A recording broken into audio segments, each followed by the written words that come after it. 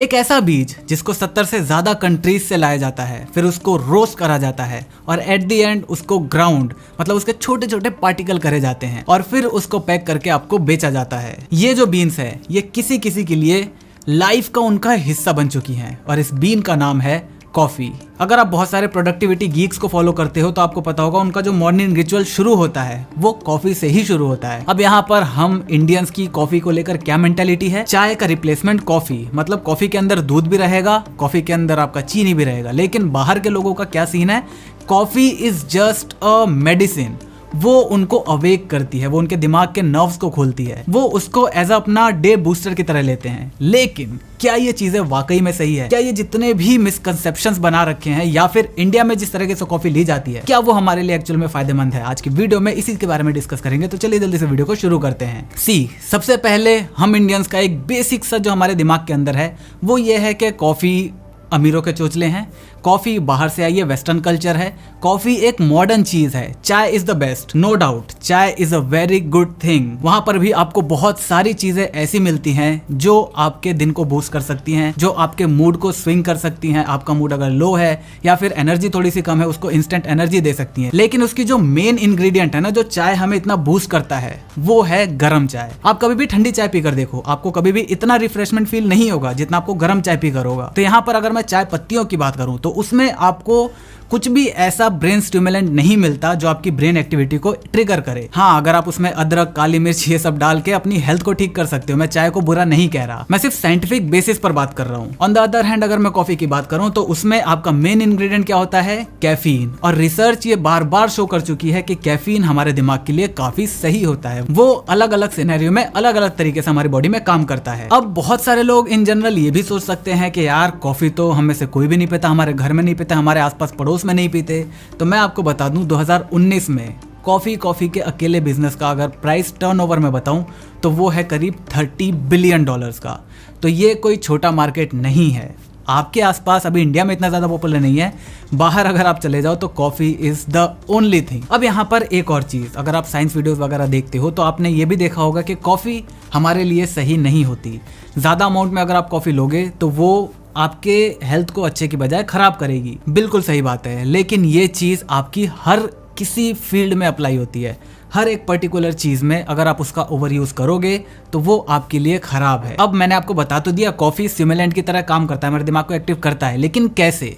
क्योंकि आप हमारे चैनल पे हो, सिर्फ यहाँ पर बातें नहीं मिलेंगी बल्कि उसके अंदर का मैकेनिज्म भी आपको जानने को मिलेगा। कैफीन एक्चुअली में क्या करता है, देखो हमारे दिमाग में adenosine A1, adenosine A2 molecules होते हैं, मॉलिक्यूल्स नहीं बाइंडर्स होते हैं। वो बाइंडर्स आपके दूसरे एलिमेंट से, दिमाग में अलग केमिकल, अलग सेल से बाइंड होकर आपकी नॉर्मल जो एनर्जी होती है उसको क्रिएट करते रहते हैं। वो क्या करता है, एडिनोसाइन A1 और A2 को आपस में या फिर दूसरे सेल से जुड़ने की बजाय कैफीन उसके साथ जुड़ जाता है। इससे क्या होता है, जब ये दोनों आपस में जुड़ते हैं तो एक एक्स्ट्रा एनर्जी रिलीज होती है। वो जो एनर्जी है वो आपके लिए एज अ स्टिमुलेंट काम करती है। इवन इससे आपके सिर्फ दिमाग के स्टिमुलेंट्स ही एक्टिवेट नहीं होते बल्कि ये आपके फिजिकल एंड्योरेंस को भी बढ़ाता है। अगर आप थोड़ा बहुत जिम वगैरह करते हो, अगर आपने इसके बारे में थोड़ी नॉलेज ले रखी है तो आपने प्री वर्कआउट का नाम सुना होगा। लोग जिम करने से पहले प्री वर्कआउट लेते हैं, तो उसका जो मेन इंग्रेडिएंट होता है वो क्या होता है, यही कैफीन। ये आपके इसी तरह एडिनोसाइन A1 A2 से जुड़कर एक्स्ट्रा एनर्जी जनरेट करता है जो आपके वर्कआउट में काम आएगा। इसीलिए अगर आप इंडियन सस्ता जुगाड़ देखोगे, और ये एक प्रो टिप भी है, अगर आपके पास प्री वर्कआउट लेने के पैसे नहीं है, आप कॉफी को एज अ प्री वर्कआउट ले सकते हो जो कि काफी सही काम करेगा। तो वेल ये ठीक है, ये हमने थ्योरेटिकल इन्फॉर्मेशन देख ली। इसका प्रैक्टिकल कोई आज तक कुछ भी एक्सपेरिमेंट हुआ है तो हाँ, 55 लोगों के एक ग्रुप के ऊपर स्टडी करी गई है जहां पर 31 लोगों को एक ग्रुप में डिवाइड करा गया और 24 लोगों को एक ग्रुप में। इस चीज का खास ख्याल रखा गया कि दोनों ही ग्रुप के अंदर प्रोपोर्शन ऑफ सेक्स, मतलब मेल और फीमेल का प्रोपोर्शन सेम हो, एज जो है वो लगभग सबकी एवरेज निकलकर सेम ही निकल कर आए, education, blood pressure, blood group, ये सारा कुछ लगभग सेम सा रहना चाहिए। साथ ही साथ दोनों ग्रुप में एक और चीज जो कॉमन थी वो थी कि दोनों में जो नंबर ऑफ मेल्स थे वो थोड़े से ज्यादा थे।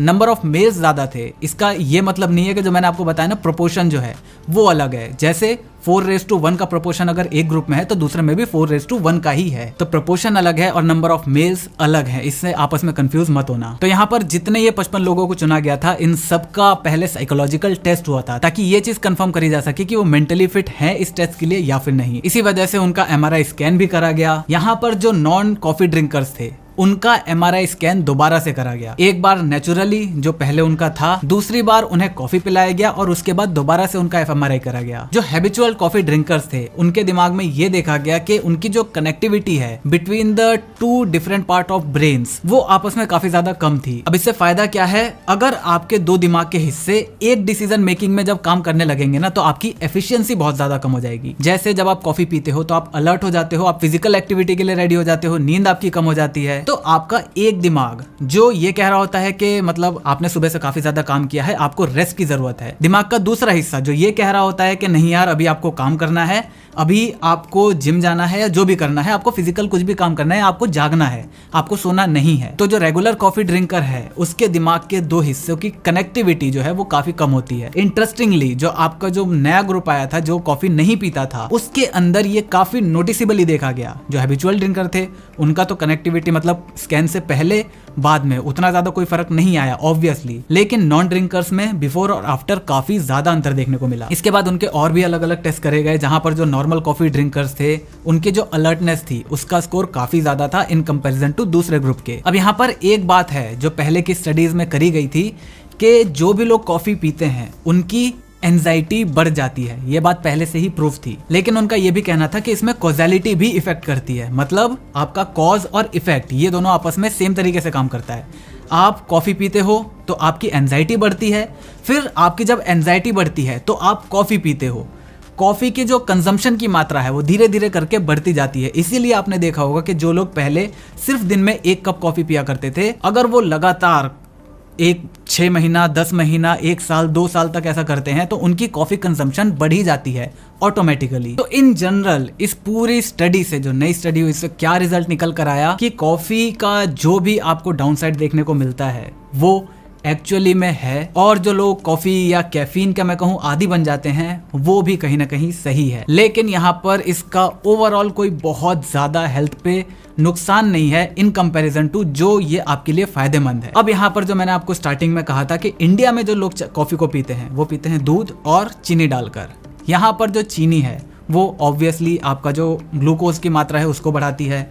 ग्लूकोज के लेवल जब बढ़ता है, ग्लाइकोजन का लेवल जब बढ़ता है, तो वो जो एक्सेसिव एनर्जी आपके अंदर आती है, आप जब उसका यूज नहीं करते तो इससे वो उतनी ज्यादा इफेक्टिव नहीं रह जाती। जो कॉफी कैफीन जो है वो एक्चुअल में जाके दिमाग को सिमुलेट करेगी, ग्लाइकोजन उसको थोड़ा सा सप्रेस करेगा, साथ ही साथ दूध भी रहता है उसके अंदर। तो ओवरऑल अगर आपको कॉफी पीनी है फॉर अ प्रोडक्टिव पर्सपेक्टिव तो आपको कॉफी सिर्फ गर्म पानी के अंदर सिर्फ कॉफी डालना है और वो पीना है। और बहुत सारे लोगों को काफी ज्यादा कड़वी लगेगी, आपको उसका टेस्ट डेवलप करना पड़ेगा अगर आपको इसका बेनिफिट उठाना है अच्छा वाला। तो बस मुझे उम्मीद है आपको वीडियो पसंद आई होगी। वीडियो पसंद है वीडियो को लाइक कर देना, चैनल पर नए चैनल को सब्सक्राइब कर देना, क्योंकि हम ऐसे ही ज्ञान बांटते रहते हैं। मैं मिलता हूँ आपसे अगली वीडियो में, तब तक जय हिंद, वंदे मातरम।